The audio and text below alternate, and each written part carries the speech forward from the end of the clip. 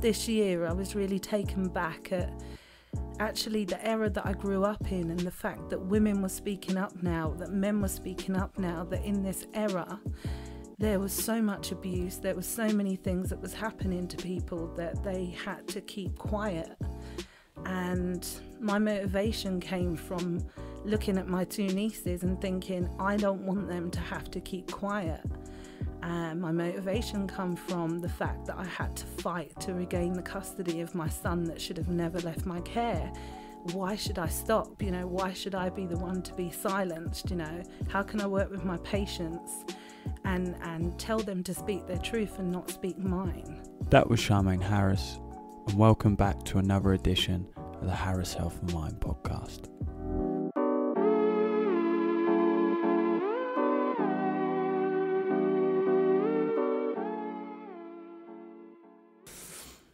What's up, guys? Welcome back to Harris Health and Mind podcast. I've got my sister Charmaine Harris with me today. We're going to be discussing her event she put on regarding trauma-informed and gender.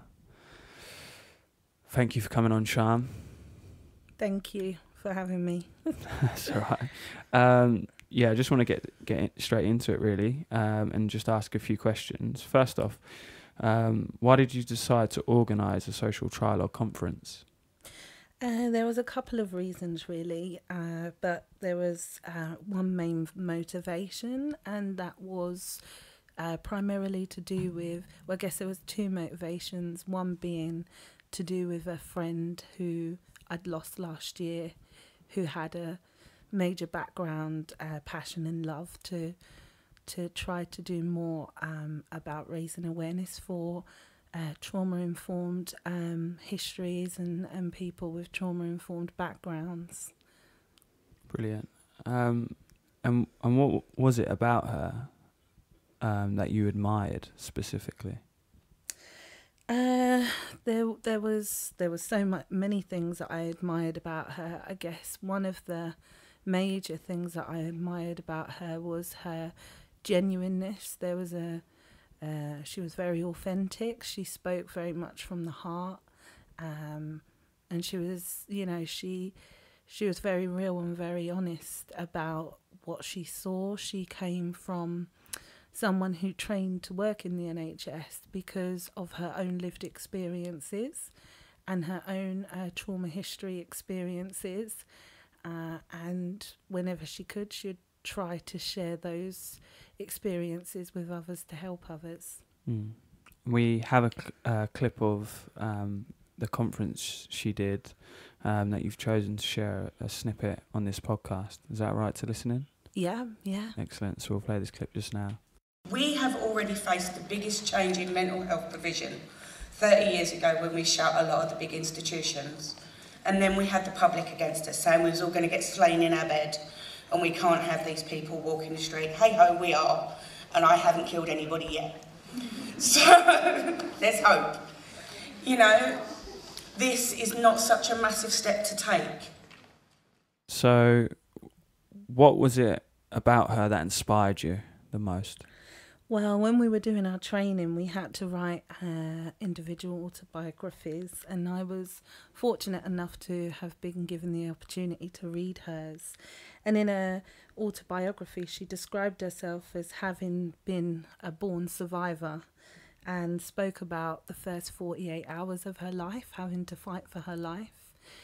Talked a little bit also to people about the neglect she faced from a very young age, and I just loved her honesty, the fact that she could just come out and say, look, this is me, this is who I am, this is what I bring to my role. You said she came from a working class background, which you said she was massively proud of. Yeah, she was really proud of being someone from a working class background. And when we were doing our family therapy training, two of the trainers who kind of were pretty much what one might call white privilege was delivering on the ethnicity and the lack of race and representation within the NHS, and kind of made half of the people within the room feel that they should feel very privileged for being white. And my friend Kerry, she stood up and she said, listen, I may be privileged for being white, but actually from the background that I come from, you know, I'm no different to one of my best friends, Alice, who came over as an immigrant from Africa. You know, we share the same struggles in a lot of ways. Please don't make this issue be about race. It's about being disenfranchised, actually. And lots of people on the day as well spoke about the mental health being something that's invisible, and that's something that's it doesn't choose on sort of class, colour. It affects all of us as well, so that's massive in everyone to sort of sit back and say, look, this can affect everyone, no matter circumstance, situation, financial situation as well. So big up to Kerry for saying that. Yeah, absolutely. You spoke about at the start, there were two motivations for organising this event. You spoke about one of them. Can you tell us which the other one was as well? Yeah, okay. So, you know, I fell into this work. I kind of believe I was called into this work from my own experiences as well. You know, I was someone that also entered the NHS and trained because of my own lived experiences. You know, there was you as my brother will know that we grew up in, you know, there was a lot of trauma within our life, and particularly in my younger years.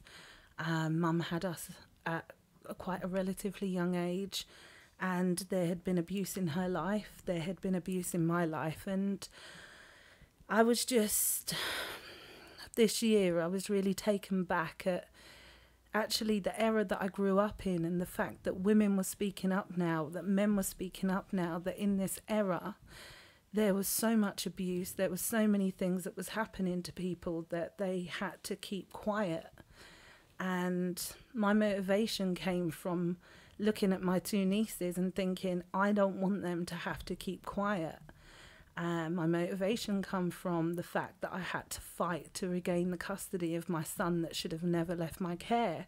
Why should I stop? You know, why should I be the one to be silenced? You know, how can I work with my patients and tell them to speak their truth and not speak mine? Where do you think a lot of the sort of silences from people stems from? I know on the day, on the event, there was a lot of people speaking open and honestly now about their stories and their truths, and that's something that would have taken like loads of people on the day years to sort of overcome from. But what do you think is one of the main causes of people to sort of, you know, stay silent or not sort of find guidance within others, and try and get that help to eventually speak out as well? We heard so many people in the conference say, you know, let's not call it the S word because it's discrimination, but it is still society's stigma. It's the stigma that lives in the families, and also it's the belief. You know, if you're not believed, if you come out and say, look, these things happened to me, you know, if your family don't believe you, if your society don't believe you, if your schools don't believe you, if your workplace don't believe you, you begin to not believe yourself, but you also begin to blame yourself. So it's an identity thing, I think. Yeah. Well, we heard from one of your guests, Afrin, I think it was, who spoke about her struggles with her Bangladesh family and all the struggles she had to overcome with finding her own path from a relationship point of view, a religion point of view. And again, like you said, in terms of people not necessarily believing you, that, again, don't want to use the S word, stigma, but that stigma, it takes its toll on people to sort of almost want to come out and, or even make a decision in Afrin's case that am I doing the right thing? Is this something that's going to affect my brothers and sisters and my family dynamic and the breakup of that? So I think there's a lot around that as well. For someone who has obviously gone through things themselves, do you feel like people on the day of the conference managed to take different aspects of people's stories and sort of use that to then go and inform others? Because we heard from lots of different people on the day about lots of different types of trauma and stories and things that they're doing to help others as well. Yeah, and I think one of the, I hope anyway, one of the objectives that people did take away is, what is traumatizing to one person may not be traumatizing to another person. And in actual fact, what might appear to be traumatizing as an event may not be traumatizing to the person at the time. It could be 10 years down the line, 10 days down the line, 10 months down the line. You never really know. There's no kind of indication when trauma will come and rear its, ugly face. Yeah. Well, I said that to you the other day, didn't I? There was an event that happened to us when we was younger. When I was swimming, I jumped in to... looking back now, it wasn't the nicest thing to be on the receiving end of, but I jumped into what you could call it, like a canal, I guess. And you pretty much jumped in and helped try and save me, and there was an adult there who wouldn't, and you had to sort of take the reins and jump in and try and save me, and you then started to get sucked under, and I then obviously was gasping, and some stranger came in and pretty much saved both of us. And you saved me, yeah. But I said to you, I'd never thought of that since, and I've been swimming countless times. I've been, scuba diving, been on countless trips with mates where you've jumped in, and it's never even registered. But the other day when I went swimming and was trying to swim for a long period of time and just underwater, there was that sort of flashback of something that happened in my childhood, and then having dreams of that. Whereas, like you said, it's difficult how trauma can sort of resurface after years. There's something I'd never thought of, and this one time going to a local swimming pool, it raised its head. So talking about that trauma, what would you say if people are then having these sort of flashbacks and things like that? What sort of steps that they could take to sort of deal with the trauma, but at the same time recognise it as something that they can progress with as opposed to like a burden in that sense? Yeah, I think you raised a really important point, because dialogue, talking, luckily, I mean, we don't really, because there's been a big age difference between you, and although that we come from the same family, we don't often have the same experiences. Your life has took you one path and mine's taken me mine, but being able to share those things. And I think like a lot of people suffer with flashbacks, or they'll have nightmares, or they'll feel like immense panic, or they'll feel like, is this for real? Am I having a heart attack? I can't breathe. You can probably hear the way I'm talking, because I've got this mic so close to me, and I've had an experience where someone has, literally put their hands over me. I feel very triggered just in this, this situation. Yeah. But being able to talk about things like that can help just reduce your anxiety to that situation. So I think it's really important. And leading on from what you said, Shane, our brother, was there, and he had a different memory again. Yeah. So it was weird, because he carried his memory, which was he could just remember screaming, because he thought what he was witnessing, he was going to lose his brother and his sister. Our memories of being in that water, and I remember feeling that you were going to die, or I was going to die, but there was no, when you're in situations like that, there's no time to think. Yeah, it was very instinctive, I guess, from your part to jump in and save my life. But actually, we're forgetting that there was it wasn't like you took a walk near a canal and decided to jump in because you used to be quite an impulsive child. Yeah. But actually, we were told to jump over this Yeah. bywash or whatever you call it, this part of the canal, by an adult. And then that adult wasn't actually responsible enough to do anything about that situation. So I also think, as a society, for a young child to kind of try to stand up to an adult and say, why would you allow that to happen? That's a big pressure too. You know, you wouldn't necessarily say that. So it never got spoken about again. So it was easy for you to not have to process that. Yeah. You know.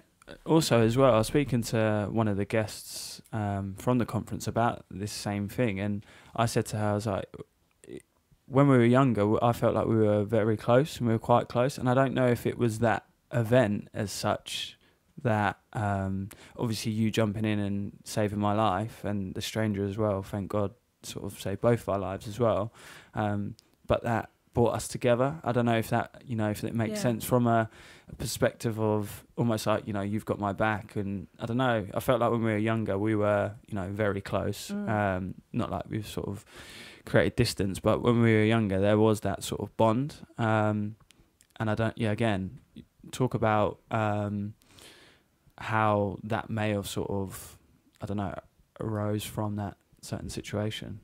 Do you find that happens with, you know, friends, family members, if they're going through certain things that brings them closer together? Or I mean, we've only got to look at, you know, we held this event in the Royal Free Hospital and there was a massive disaster that day.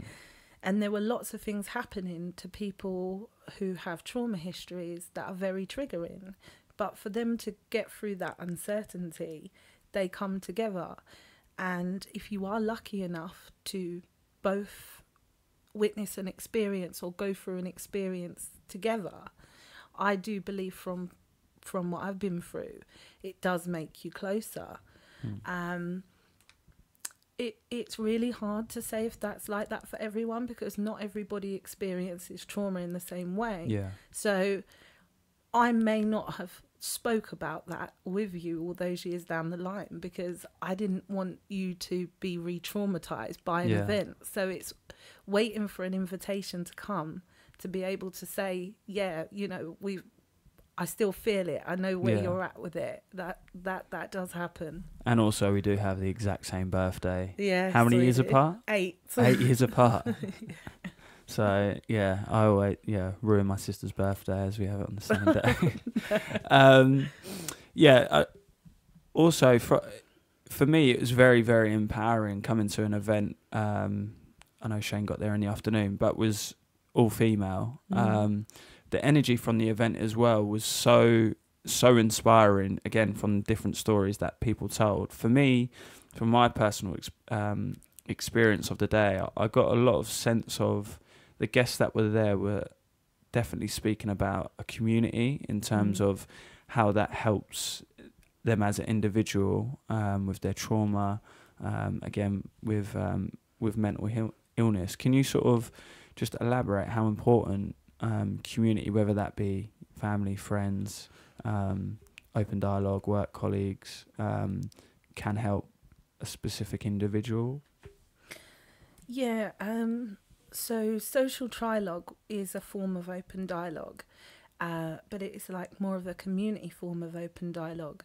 So the open dialogue that I'm currently doing sort of on a 9-to-5 level within the NHS is usually for patients and whatever they see as their network. So it could be that someone might bring in their friends, their partner, their family, but they don't have that sense of community. And that community doesn't have that understanding of that person's experience. So in a way, there's still, everything's happening behind closed doors. And I guess what motivated me was that through some of the work that I do in the different environments I do it in, I saw these people that had these wonderful testimonies that was trying to recover. And from someone that studied recovery and social inclusion as a platform of a person's own individual way of rehabilitation into society, and going through that myself, it was very, very isolating. And then I came across Judith Harmon, who really, really spoke to me, and she speaks about recovery being relational, and about the fact that, you know, hey, we are relational creatures. We're born into this earth with someone, you know, so we like relationships.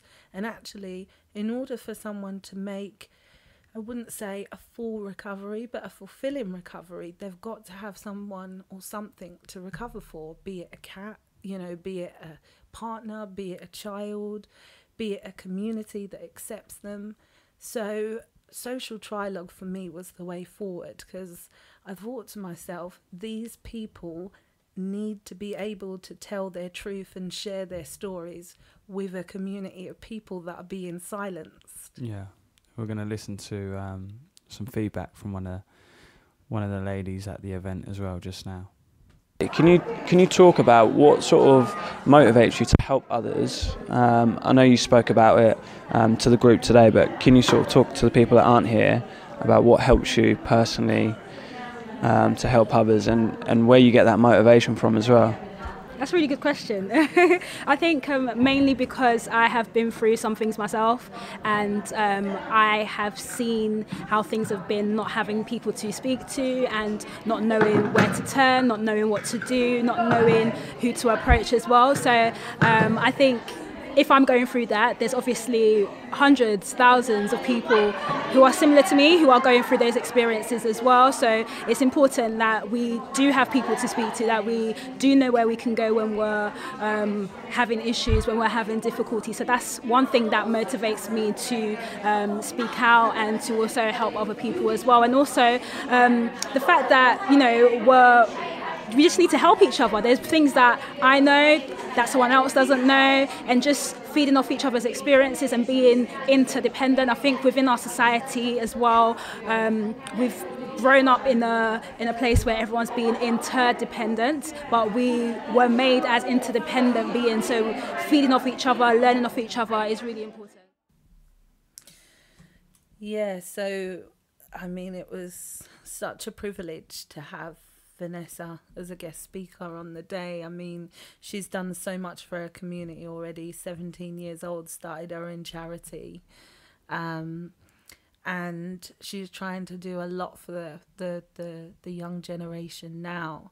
One of the things that she spoke about that really, really interested me was her idea again of this idea of people being able to recover in a community of people and be understood by a community of people, so they're not left to feel like they're alienated.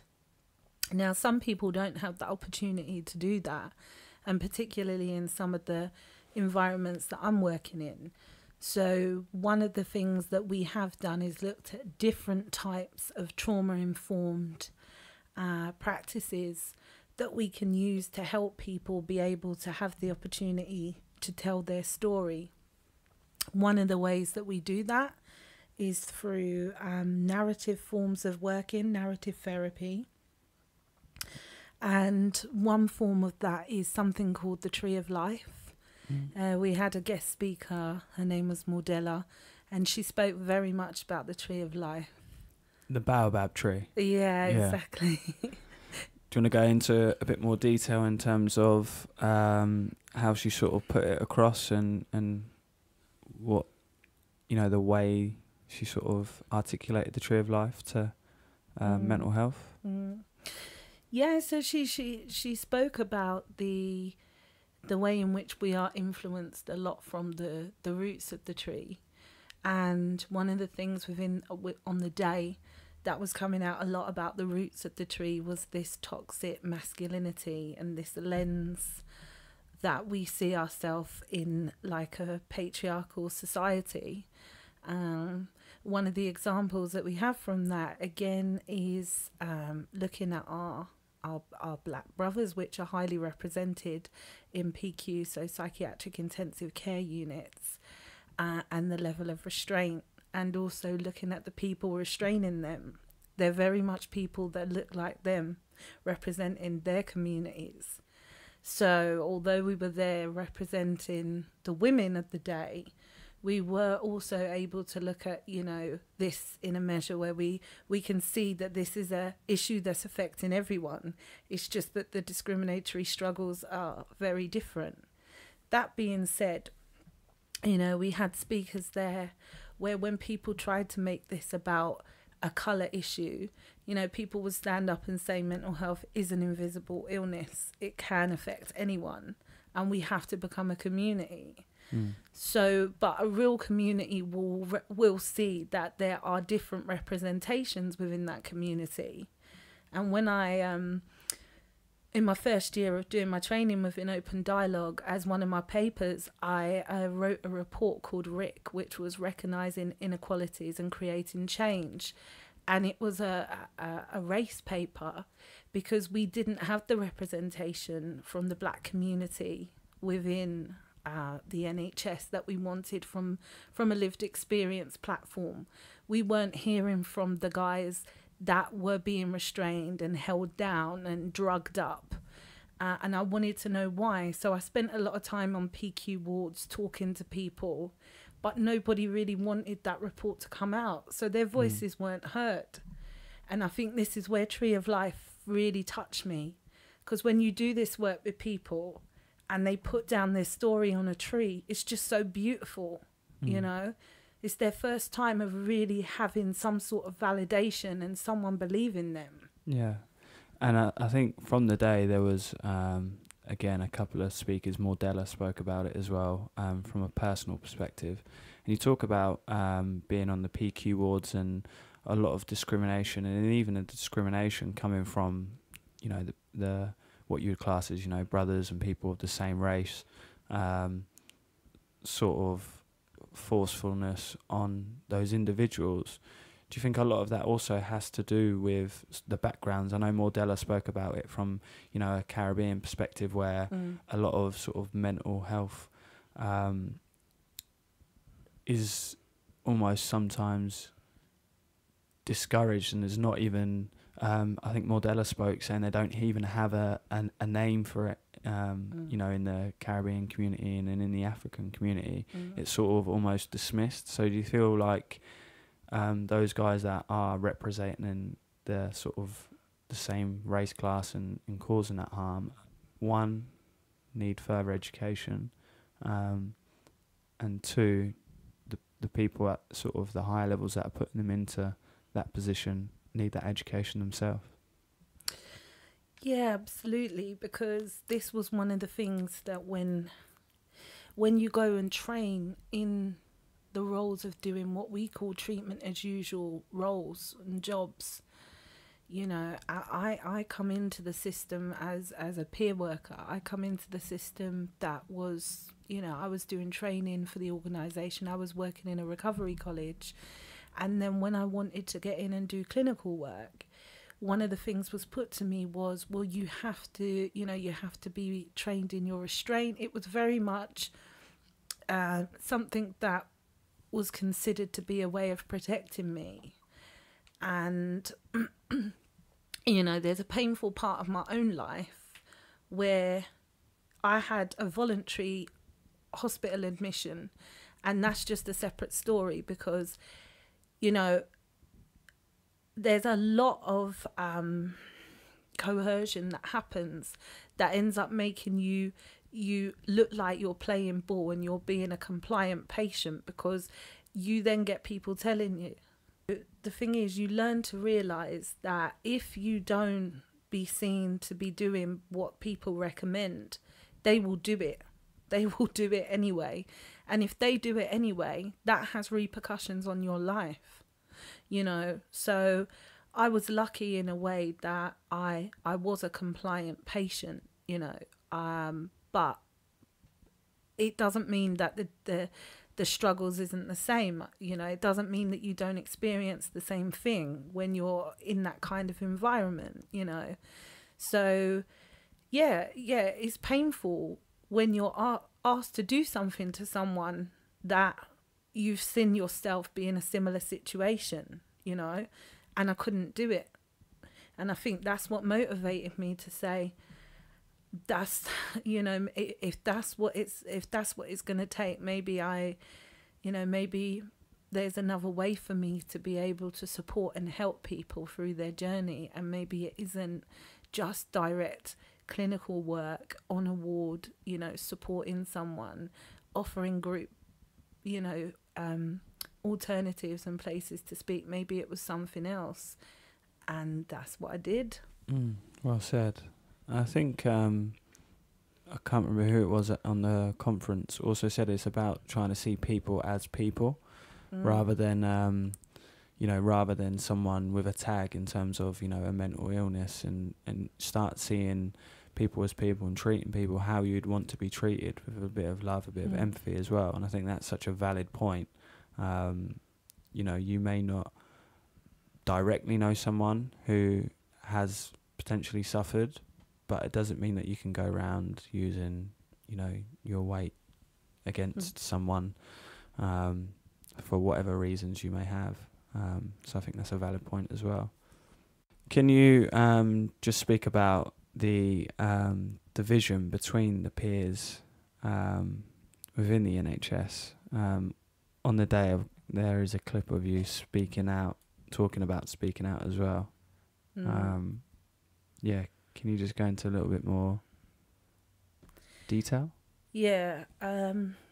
So without sort of talking too much, because maybe we can play that clip, but one of the things that I always realised was happening was that I was in a team of people, and predominantly there wasn't many people that related to me, because, you know, I was in that team primarily to talk about, I was an open book basically to people within that team, doctors within that team, patients within that team, talking about my life story.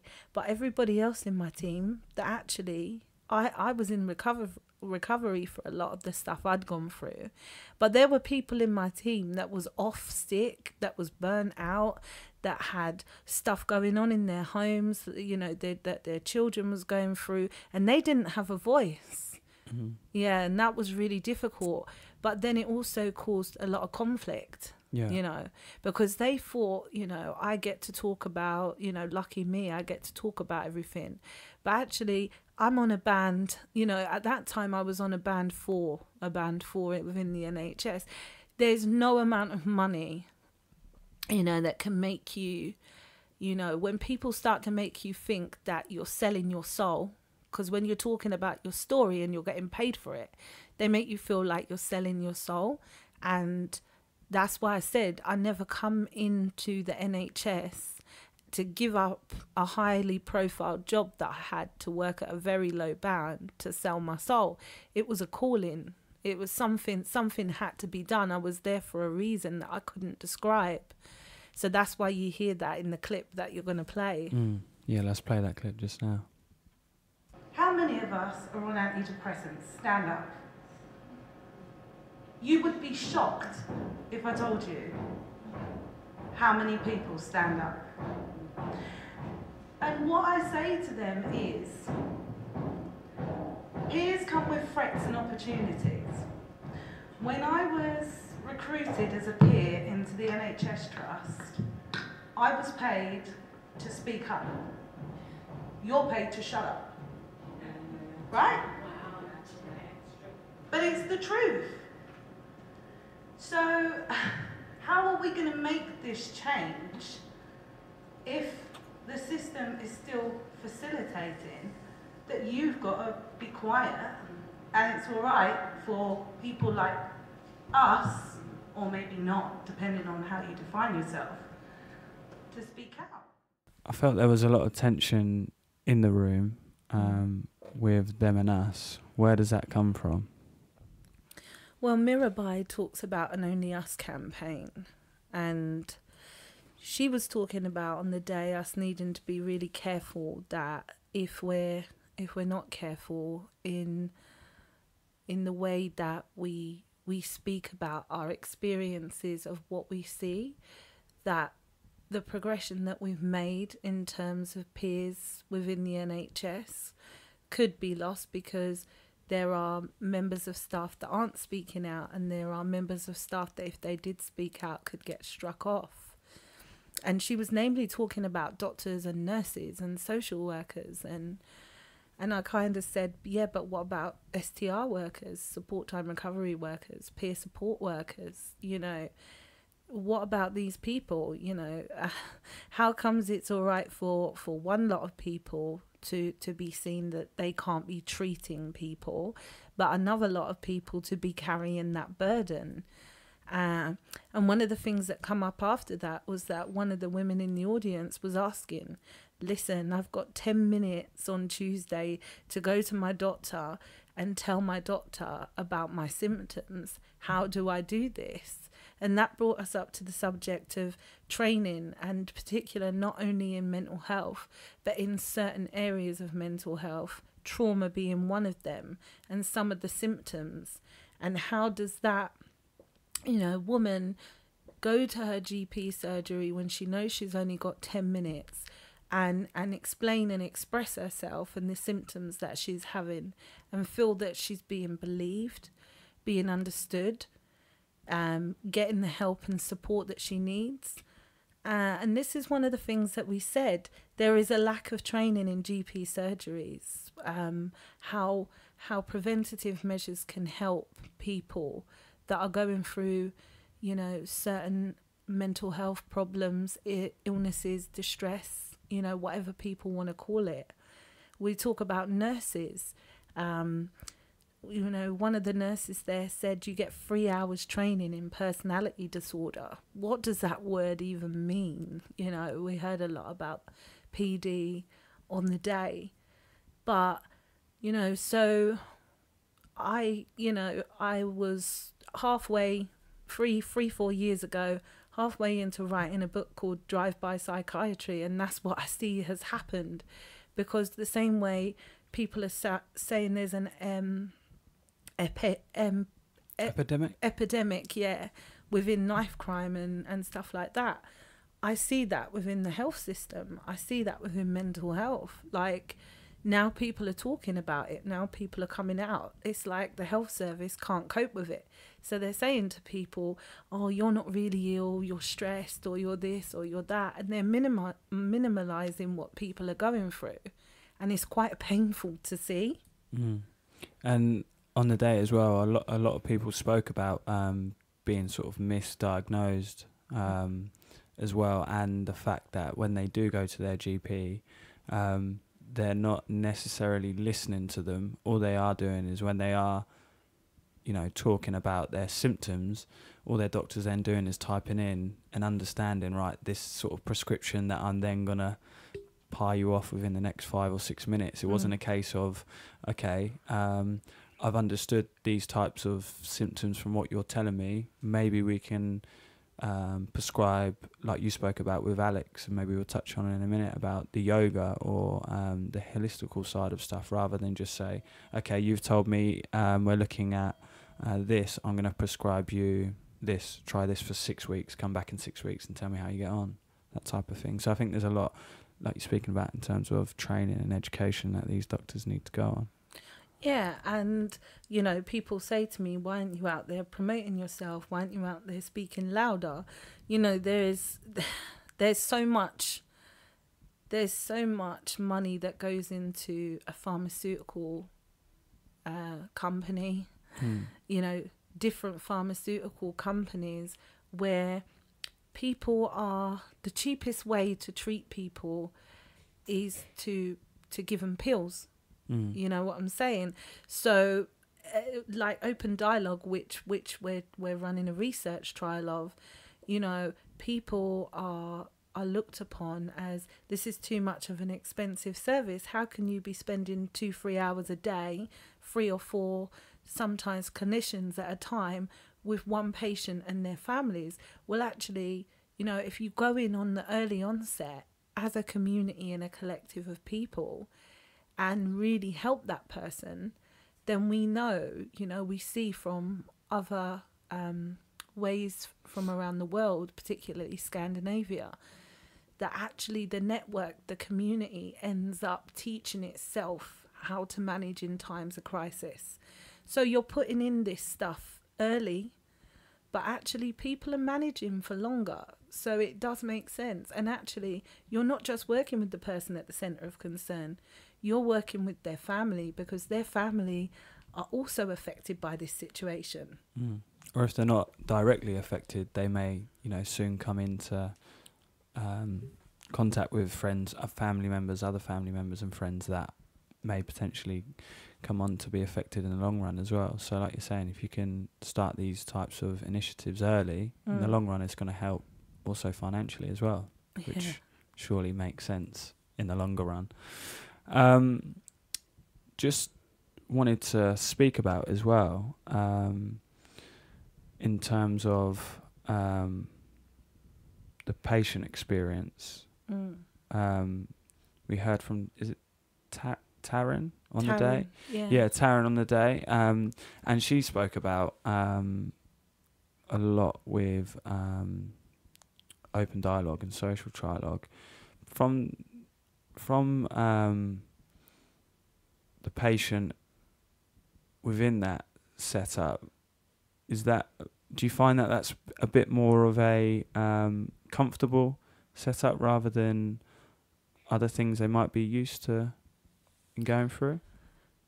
Yeah, I mean, the research trial is open dialogue versus treatment as usual. So we class that as like TAU in the NHS. So treatment as usual is what a patient would normally get. Open dialogue is something that has been tried and tested in other parts of the world. And some people might say it's a consumer-based model. So there is concerns about it really being able to develop and work within the NHS, but it is needs adapted. I've worked within this, remit of work now for a number of years, and I've seen lots of things happen to lots of different people.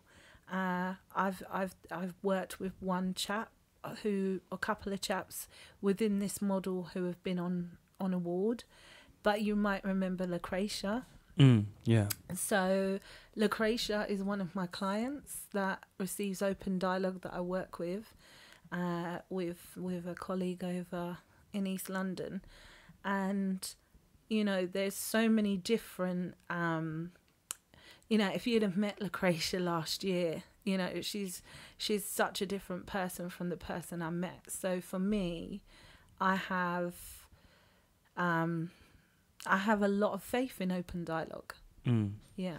Well, for the people that weren't there, she was very, very her story was very inspirational, and her as a person, the energy as well she gave off, I think, to the whole audience on the day. I mean, I can speak from personal experience, was just fantastic, and you can see her sense of willingness to help others as well. And for that, on its own, for what you guys are doing, is something that is positive in a sense as well.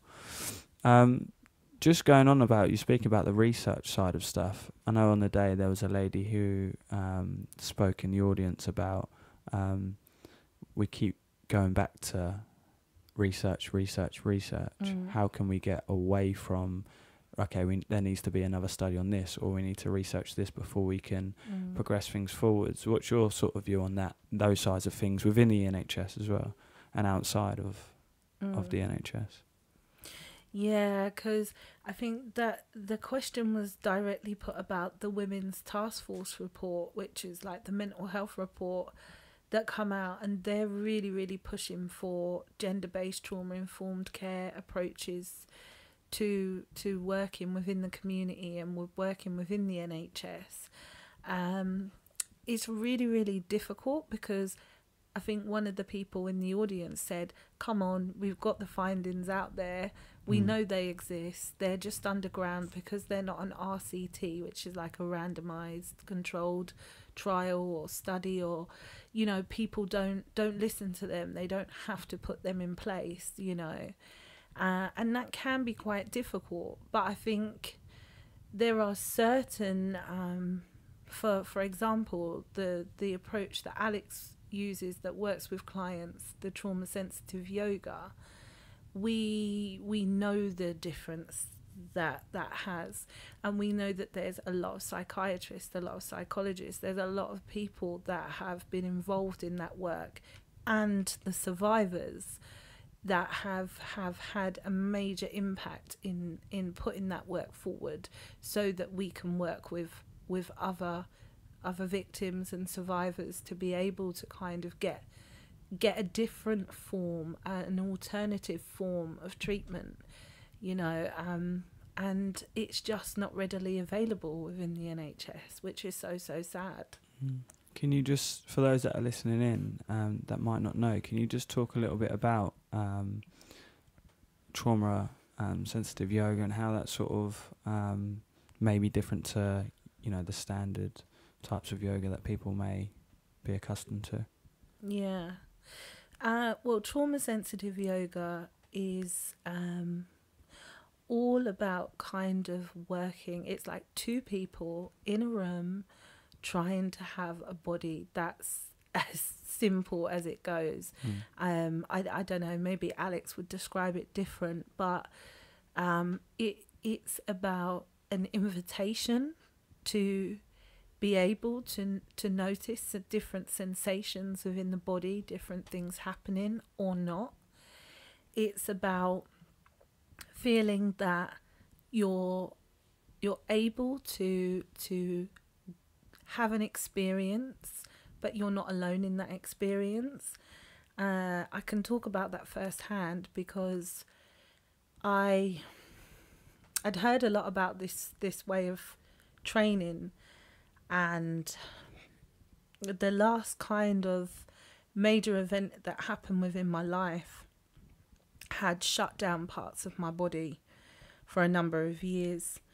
And when I was told about, you know, this way of work, I'd already been diagnosed with post-traumatic stress disorder. And this was like my latest diagnosis. I'd had lots of diagnoses earlier in my life. But I was 34, 35 years old and I was diagnosed with PTSD. And I thought, this can't be, what they're saying isn't sort of right, because I had this, there was a certain part of my body that I couldn't feel. Like I literally couldn't feel. There was nothing left. And it was like the lower part of my torso, the lower part of my body that went down into my groin area and my thighs area. I just couldn't feel anything there, you know, even intimately. There was nothing there.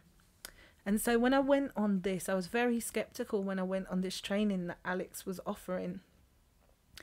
And it was shocking. It was shocking because it was a 5-day training. By day 4, I had so many different emotions going on about what I was beginning to feel. There were sensations that were coming back to me that I hadn't felt for a number of years. And it was making me revisit a space where I didn't feel that very great about myself, but I was feeling them. So on one hand, it was like I'd accepted for a long time that the only way to survive was not to feel, but then also to try to reconnect with a part of myself, and to be able to give myself wholly to other people. I needed to connect with these areas of my body. And that's what happened on that training, and it just changed my life. There's not many interventions that I would literally say I could actually leave the NHS, leave all of this and go to Boston, do the training and, you know, do this kind of work with people myself. But I was highly considering this because this was a transformation for me. No medication, no therapy, no talking. This was just about two people being in a room trying to have a relationship with their body. And I guess you would highly recommend that to people listening in, that might be thinking, I need to try or want to try something different to what I've been previously trying? I guess that. Yeah, I had major, like, people had told me about yoga before, and I'm a size 16 woman where when I went to a yoga studio, there was, very lovely, light looking women. And when I met Alex and we kind of, we connected and we did this training together, I was in front of a big fat Buddha in a Buddhist center. And I was like, oh my God, this is what yoga's about. Anyone can do yoga, but actually not on a funny level. With yoga, you have to be very careful because, the way your instructor talks about the things you've got to do. So might use the word pose, bend, open your legs. And if you're not doing a certain position the right way, they will try to fix your body. Okay, so whose body is that? And in trauma sensitive yoga, your body's your body. No one's going to touch it. No one can touch your body. If you want to do something with your body, it's your choice to do it. So it's a very, very different form of yoga. So you feel from the personal perspective, is that you're in a safe, sort of a safe environment where you can, again, like you spoke about, reconnect internally with yourself, but also at the same time develop those principles to progress you moving forward. Absolutely, and strengthen your body, your breathing, your mind, your resilience to get back out there.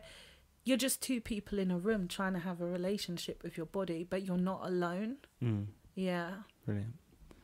So you've spoken about social trialogue being a form of open dialogue. What actually is open dialogue? Okay, so open dialogue is really just having being all together within a network and trying to be present, and particularly within the moment of what's going on for somebody, and hearing their story for what it means to them. In the NHS, we're actually doing something called peer supported open dialogue, and we use a lot of a mindfulness practice to help us be able to tolerate uncertainty, because it's very, as you can imagine, just put yourself in the situation where perhaps, something happens to you and you end up coming into contact with mental health services because of what's happened to you. And the usual way of working might be that, you might be seen by a community recovery team, or you might have a home treatment team. The way that open dialogue works is that actually from once you've been referred to us, we try within sort of 24 hours to kind of respond to you. So it might be that we have a conversation with you and your family. We come to your home. We ask you what was the history, so what brought us there. And there's a number of us within the room. When I say us, we are therapists or practitioners, whatever people prefer to be called, as opposed to professionals. We leave our titles at the door. And one of the key elements of our role is that within our time within the network, you and your family may bring certain things up and have a conversation about what's going on. But we try to hear all the voices in the room, and we try to give all the voices in the room the chance to be heard by everyone. So let's just say you and your family are talking, and we hear something that we feel that maybe you or someone said that nobody else seems to have heard. So we might bring that out. We might say something, we might repeat what's been said, or we might say, actually, we want to just have a reflection amongst each other. And instead of leaving your house and us all going back to our team and talking about what we had encountered, we will talk about it to you in your face, So me being your sister, this is kind of the ideal kind of job for me, because I believe very much in openness and honesty, and the only way we can learn is from learning from each other, but you have to be open to people. So it's really, really good when we can let the person we're working with know that actually we may hear that no one's hearing them. But it's equally good if we can let mum know, who's probably gone through this time and time again and is tired, that we hear that she's tired. So it's not about taking sides, and it's not about coming out with an agenda or talking about the clients without them. In fact, we have nothing about them without them. We have nothing about them without them kind of forefront of our agenda. So everything that we say in the room, we say, to try to help steer the network. It's based on like a family therapy way of working. And it seems to work wonders. Like, a lot of people sit and say, well, what about risk? What about this? What about that? Because it's a new way of working. But it does work. And I've seen it work, with quite horrific cases that have been brought that have had a lot of stuff that's happened within families, where things, once you work with this family and you start to begin to get to the root cause of what's going on, you seem to find a way of understanding, quite frankly, why someone within that family is going through some sort of mental health breakdown or something that's happening, because usually there is always a root cause, a little bit like our tree. So, yeah. Brilliant. We're just going to play a clip from the event, one of the guests and guest speakers speaking about open dialogue. Okay. One of the things that I like about the open dialogue and how it's stripped away the differences, and it was the first time I had the courage after 15 years working in the NHS to stand up as a peer, so it took me a long time, but was that, the psychiatrists, we were, without our labels, we were all equal in that training, and you couldn't tell who was who. We've all had that lived experience and suffering, and some of the stories are very moving, and it's great to connect to them as individuals and take those hats off and see people. And I was curious what you said about something about it being innate.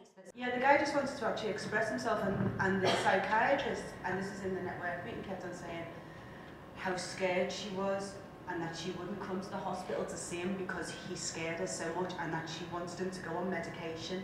And I was saying that medication wasn't the only way forward. There were other things that we could try, mindfulness, becoming aware, yoga, those sorts of things. And she sat there and she was going, you're the same age as my son.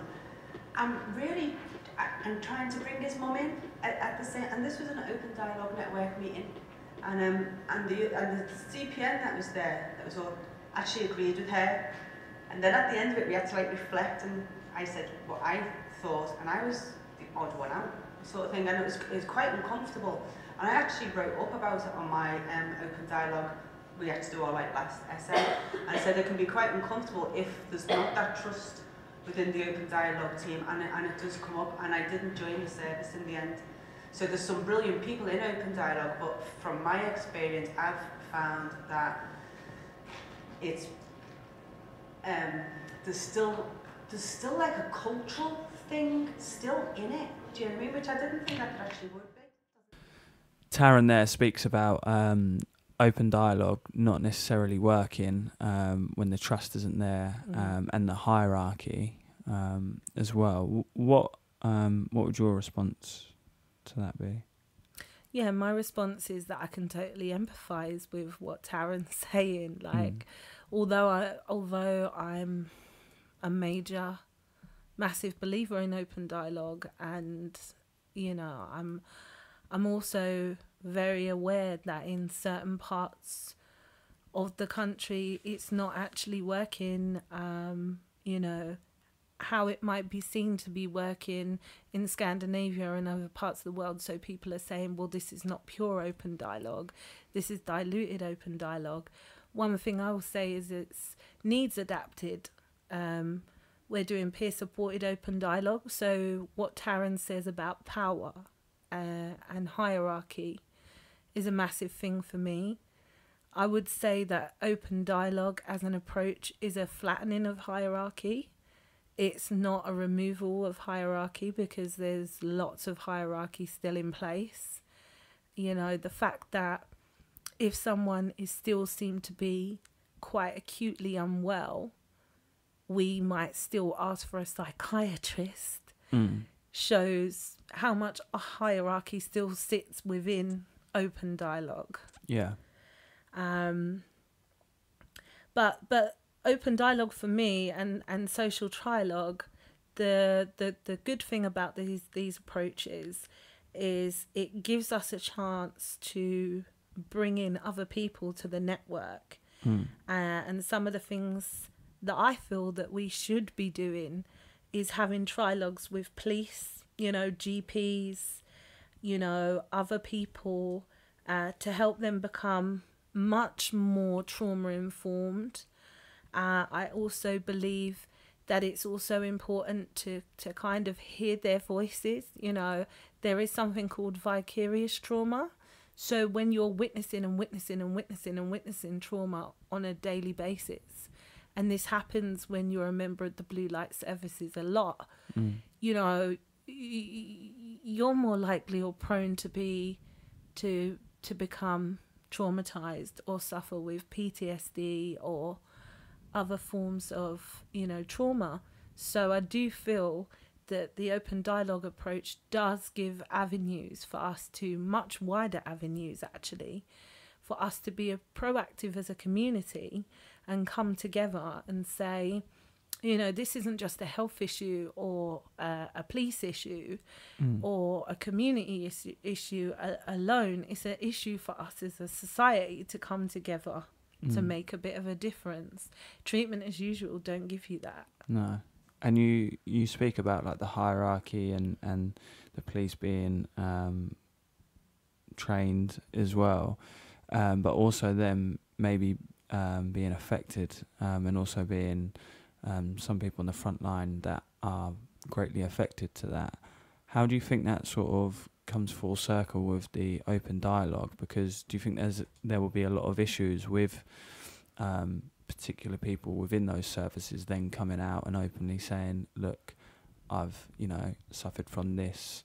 Do you feel like that there would be an issue because if people was allowed to come out and say, you know, I've suffered, or I've seen this, or I'm going through this, that maybe jobs could be affected from their personal perspective, or you know, unions or other things then coming into play that might affect their positions? Absolutely. I mean, one of the biggest things about peer-supported open dialogue for me is actually not about me coming out in a network. You know, although it is powerful, it's much more powerful for me to help to teach my colleagues on a daily basis to be able to feel that they can share and disclose a part of their life that could help a person that is in distress. So I do totally get it. It's something that they haven't been trained to do. You know, they've been trained to not feel, to not connect, and they have to find a way to learn to undo, which is a major part of the training that we do within open dialogue. But, you know, it's about being human and not being professional. You have to find a way to untrain the fact that you're a professional. You're just a human being in the room, a bit like in my, you know, the yoga studio is two people trying to have a body. So when you start to realize you're just a person in a network trying to have a dialogue, it makes you feel, I guess, you lose a lot of power as well. Yeah, because you're almost giving up sort of the sense of security and, again, perception of others. And that come up, I think Alex spoke about our perception of ourselves and others, and also the fear element within the perception as well. Can you just speak about as well, from a personal side of things, how you sort of had to overcome that perception of, you know, yourself, others, within your profession and personal life as well? Vanessa spoke really well about imposter syndrome and this idea of, you know, do I really have a right to do this job? Do I really have a this? Do I really have a right to have a presence? And that was something I could massively connect with, because, you know, for maybe nearly coming on 11 years, I've worked within the NHS. And although I studied nearly 3 years of a degree before becoming really unwell and couldn't finish it, I managed to use what I'd learnt from my degree and my work experience and my lived experience to get me the jobs that I'd got, and to get me to progress on to do further training at a postgraduate level. But I really found within the last maybe year of my career, particularly from my managers, not all, but a couple of my line managers, they've been very much about, Charmaine, like, we need to find, you know, we know that you've always wanted to do your dance movement therapy, or that you've always wanted to go into drama therapy. They know I'm a very creative person, and they're really pushing me forward through to the academia area of that. Now, that was a massive trigger for me, because when I went back to do my training, you know, by the time I was ready to go back to studying again, I wanted to transfer the credits that I had. But because so much time had passed, I couldn't transfer those credits. And so I went on and said, you know what, I'll do the same work. And if it means that other people come out with a postgrad, or other people come out with a this and a that, as long as I know I've done the same work, then you know what, I don't need the certificate, you know. But for my managers and people that I thought had accepted that, because I'd accepted that for myself, to then be saying to me, look, in order to progress your pathway in the NHS, you're nothing without a certificate. It's madness. It's crazy. And, you know, I was sitting there trying to say to her, listen, if you were going for a dinner, yeah, say if it was like, I don't know, a restaurant you'd never been before, and you were sat there and you were looking at something to try to eat, you know, would you want someone to tell you, who had tried that food before, and give you their opinion of the food? Or do you want someone that knew how to put the recipe together but had never ate it? And she was like, well, I don't understand your point. And I'm saying, my point is, I come to this team, I'm an assistant psychologist in this team, because I've tried the food. I've tried the pills. I've been behind the door. You know, I've worked with other people that have been there, but I've been there too. And I don't know how much more you want from me, you know. I still live with a mental health illness. I've got an enduring mental health condition that I hope that, you know, touch wood, at the moment I'm in remission of, but it can come back any time. So I'm very aware of that.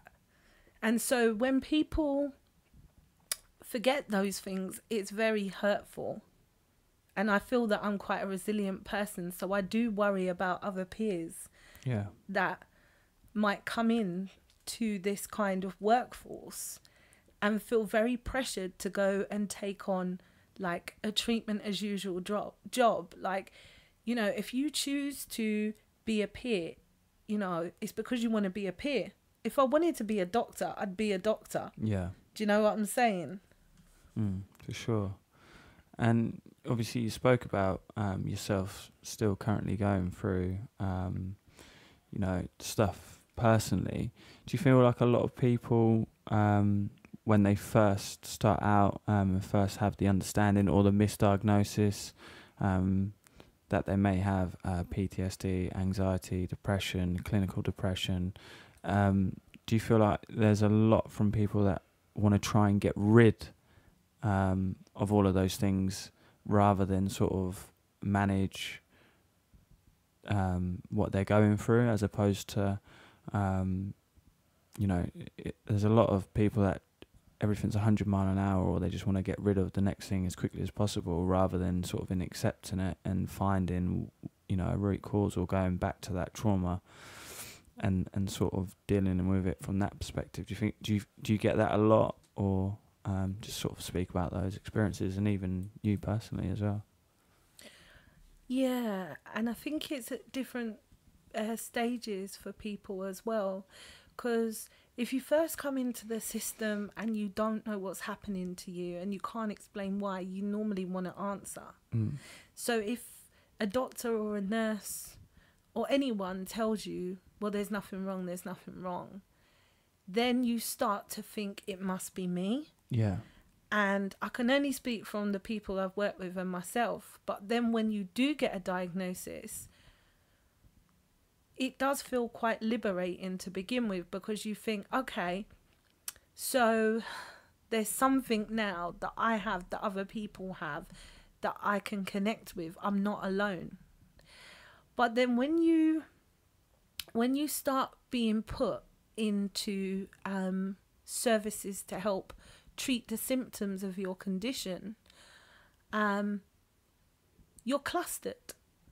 So when you start looking and working with people, you start thinking, I haven't got nothing in common, with certain people in this room. And I did 18 months of DBT because I was diagnosed with borderline personality disorder in my 20s. The first time I did it, I stopped it because the type of people in the room, there was no way that I was ready to work on my stuff, but I felt very angry that I was put in a room with certain people that I had felt that I could not relate to in any way, shape or form. So fast forward a number of years later, and then I was delivering groups in these kind of settings, doing this kind of stuff to try to help the women, mostly women. There were men too, and there were boys too, but I could really know that sense when they were sort of saying, why am I put with these people? I'm not like these people. I really felt that and understood where they were coming from with that. So I think to begin with, it can feel quite, refreshing. Oh yeah, I've got a diagnosis. There's something wrong with me now. But then that diagnosis can also not go in your favor. So for example, when I was diagnosed with that, the first time I was diagnosed with that, I was diagnosed with that when I was pregnant. Social services was on my back. They were on my back because the year or so before that, I had to leave Colchester because of something that happened to me, and my son didn't come with me, and I'd spent 2 weeks in a hospital trying to get myself better. I didn't have no family come visit me. Do you know what I mean? I went through that struggle on my own, but in order to get me through that struggle, I knew I had to come back and get my son. But then I always had these people on my back. So the best way to get them off my back is to get myself in a relationship. And I got myself into a very quick relationship, ended up pregnant again. And unfortunately, the person that I married was abusive to me. Now, when it come to them saying, me trying to leave and get help to leave, that person was telling them, she's mad, she's this, she's that, she's done this, she's done that. And there were things that I did, in my past. That's no lie. And I told that person, because that's the man that was marrying me, all about what I did to survive. But to have that used against you, and then to have the social services take that person's side kept me in that marriage that was unhealthy for me and my children. And then it come to a stage where, because they wasn't listening to me, things got so bad that he held us hostage one night. And when I finally called the police the next day when he was asleep, they come in and they arrested him. That was our way of getting out. But I was having myself in hospital. I was being treated for the injuries. And I had a social worker tell me, and my son, my younger son at the time, don't worry, you and your mum are going to go, you're going to be in a nice refuge, but it's a beautiful place, there's horses, there's this, there's that, you're going to be a family, we're going to help you. When we come out of the police, when I come out of the hospital, the police come and saw me and was asking me all these different questions about my ex-husband. And because I couldn't tell them anything, because I knew that that would put my safety at risk, the next day I was on the phone to my mum and I was telling her, look, the social are telling me I've got a hand over my, my younger son. And he was 4 months old at the time. And like, my mum was on the phone because I didn't want to do that on my own. But she heard the social workers and they wouldn't even touch my son. They made me hand my son to his auntie. And it took me 3 years to get him back. It took me to have to be strong, to have to not go back to that marriage, to have to find a way to record what that man and that family were doing to me and my son at that time. There was a period at that time he wasn't even in the country. I would see him when he would come back from Turkey because he was in the care of his nan and she lived in Turkey. So there was lots of things that I missed out on, which anyone, I don't know how I got through it, but anyone with a mental health condition, I should have been in hospital, you know what I mean, because of what had happened. But that just couldn't happen. So I understand when a lot of women with mental health problems say, I can't talk about my problems because of my children, because it's a real reality for them. And I was the lucky one. You know, after 3 years, I managed to get my son back. It took a lot of work and determination, but I got him back. But I work with people every day. Their children are gone. So this is a real life thing for a lot of women out there. Yeah. And again, I guess a lot of that will come down to training within the social services to spot as well what women are going through, and also the handling of certain situations better. Understanding of borderline personality disorder as well. What does that mean? I mean, you heard from Alex on the day, you know, even the word complex PTSD, they're just, people don't really understand people's histories. This is people's histories that have had a lot of trauma in their life, probably in their childhood. You know, I don't really speak about everything that happened in my life and my childhood because now I'm at a stage where I want to protect myself and my family. But these people knew on record what I'd been through. They see the write-up from my GP, from, you know. So this wasn't something that I had control of. So when we talk about diagnosis, there are some glamorous diagnoses out there. If you got diagnosed with anxiety disorder, when I got diagnosed with bipolar disorder, people was like, okay, because they could really relate. But when you talk about things like anything to do with personality disorder, there's such a stigma. We're just going to hear a couple of clips from some of the audience members on the day, and then I'd like to sort of get your response as well. A general interest in mental health. Working in mental health at the moment as a social therapist, and very interested in trauma-informed approaches. Had a quite intense experience working as a healthcare assistant on a psychiatric ward for women, and was just lots of things that we've said today really, but the medicalisation of distress and the lack of space to really talk to people about what's happened to them, and re-traumatising people by putting them in this environment without enough ears to listen to what they've been through. So yeah, from that experience, just feel very strongly that this kind of discussion is really important. It's so interesting listening back and hearing those reflections. I think, one of the things I heard about, there was a worry that people in the audience thought, are we all really preaching to the converted? Being a social trilogue event, the whole point is that you have different people within your community to represent your community. So the invitations that went out to different people in the community. It wouldn't have gone out to people that I already knew were converted. It went out to people that we were looking to say, come and meet these women, come and listen on International Women's Day, to these women, talk about what is going on for them, what's happened for them, what they're working in, and that the people that I'm talking about that chose not to come and hear those testimonies were the people in power and the people that hold the money.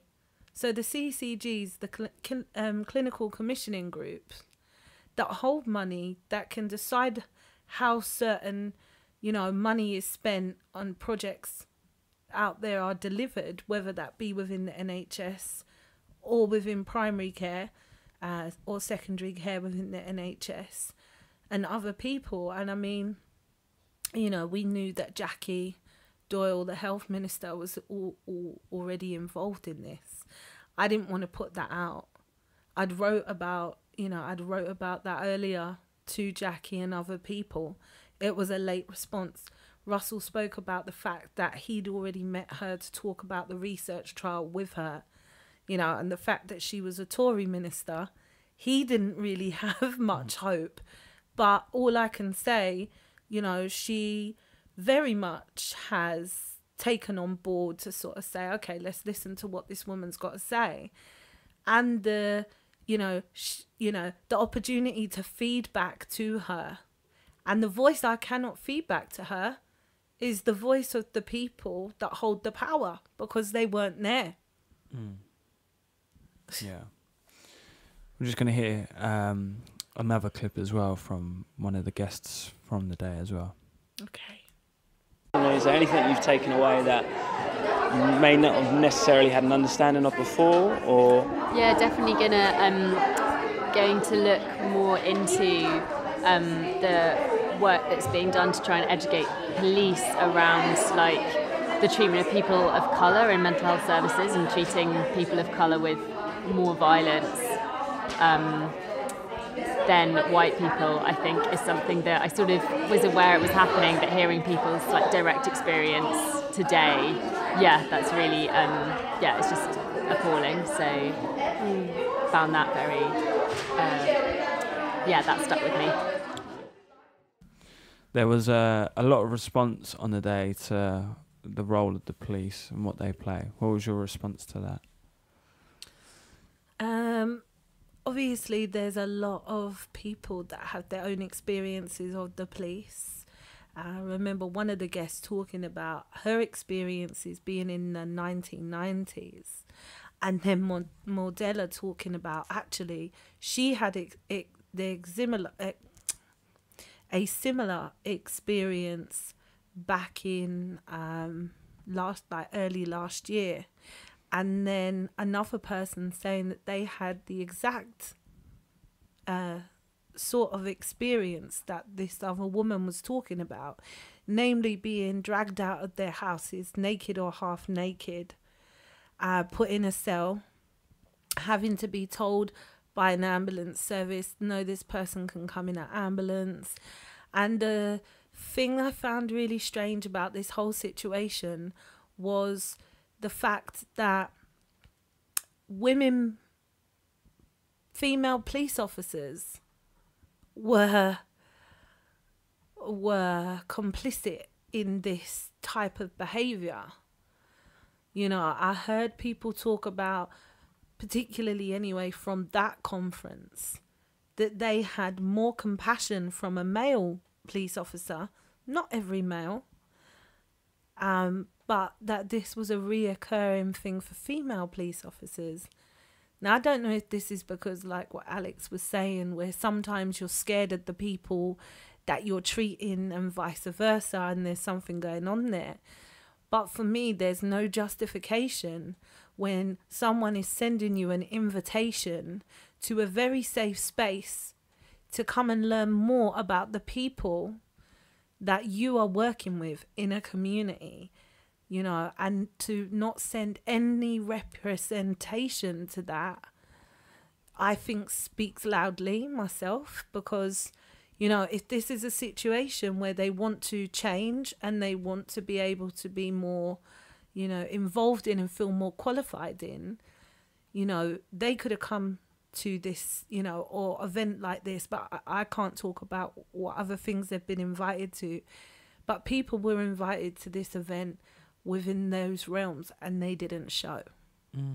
And do you feel like they're afraid of, again, the types of questions that they may get asked, or that may be put forward from previous experiences? Do you feel like, or do you feel like they maybe use that as the deterrent to not turn up? I mean, did you even get a response to say, look, thank you for the invitation, you know, we currently have people working on, you know, these issues in another matter, but in future we, you know, may be able to get to other events? What, any response at all? Or? No response at all. None. And I think, again, that is part of the issue, isn't it? There's not even an acceptance to be like, okay, there is something that we need clearly to sort of tackle. Let's at least send someone there to get better informed information that maybe we can then together keep progressing, and that's such a shame. I mean, I can't say what their reasons were for not being involved in an event like this, but what I can say is from some of the feedback for the day, I will be knocking on their doors again, and I will be inviting them to listen to this podcast so that, you know, going forward, if we want to take some of this and make something of this, they can be involved. But it's up to them to choose to, you know, be on board if they want to be, you know, regarded by this community of people that, you know, their system have at times failed. Then they need to at least make the effort to show a representation, because there was other people that hold them account that came that day, and they were also saying that they were shocked to hear the things that they heard that day, but they'd been hearing similar stories across the country. Yeah. So something's happening, you know. For sure. And I just want to quickly touch on that. We have sort of a reflection clip in a second I'll play.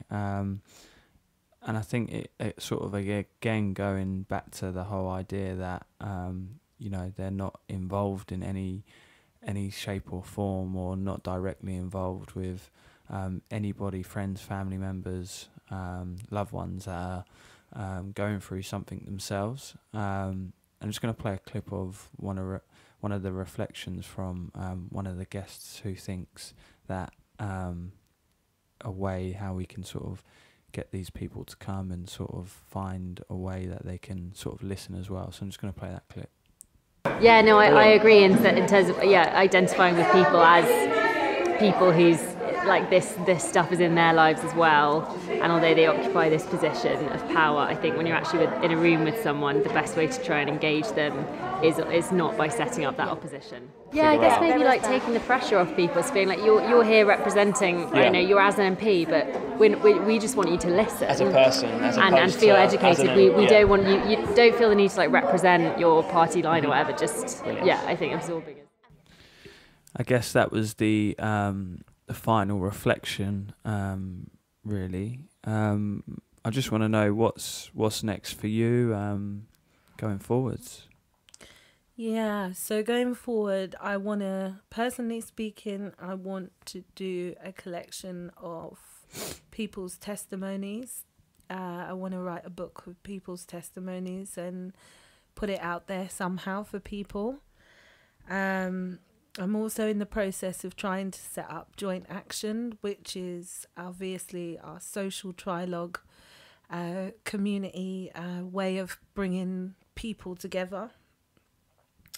And the aim is really about disenfranchised communities just coming together to become more proactive about transforming mental health services and gender and diversity, really, through, a community of dialogue between members. I guess the only thing I would say is that we want to expand the membership of those members to represent the whole of the community, not just the disenfranchised element of the community. And just to introduce them people to social trilogue, really, and the partnerships that can happen, because I'm hoping that we create more opportunities at getting better at looking after our community. Excellently put. I just want to say thank you very much for coming on, sharing the story, and thank you very much for letting me be a part of your inspiring day and the work that you and the guests there put out. And we're just going to finish with an excellent sort of close from Vanessa. Thank you very much. Thank you. What I want to round off with is this quote, which is an African proverb. So it says, if you want to go quickly, go alone. If you want to go far, go together. And essentially, to me, this is something that's really important, because we can try and run this race separately, but the only way that we are going to get to the top, help each other, make sure everyone receives the right support, make sure everyone gets the right skills and tools and techniques in order to manage their mental health and well-being, is by working together. So thank you very much. Just want to say thanks very much for listening in to another edition of the Harris Health and Mind podcast. Thanks for the guests and the guest speakers on the day, and thanks for Sham for putting on a fantastic event, which hopefully people on the day and people listening to the podcast can take away some new information and hopefully transcend that within their lives. Stay tuned for more episodes to follow. Peace.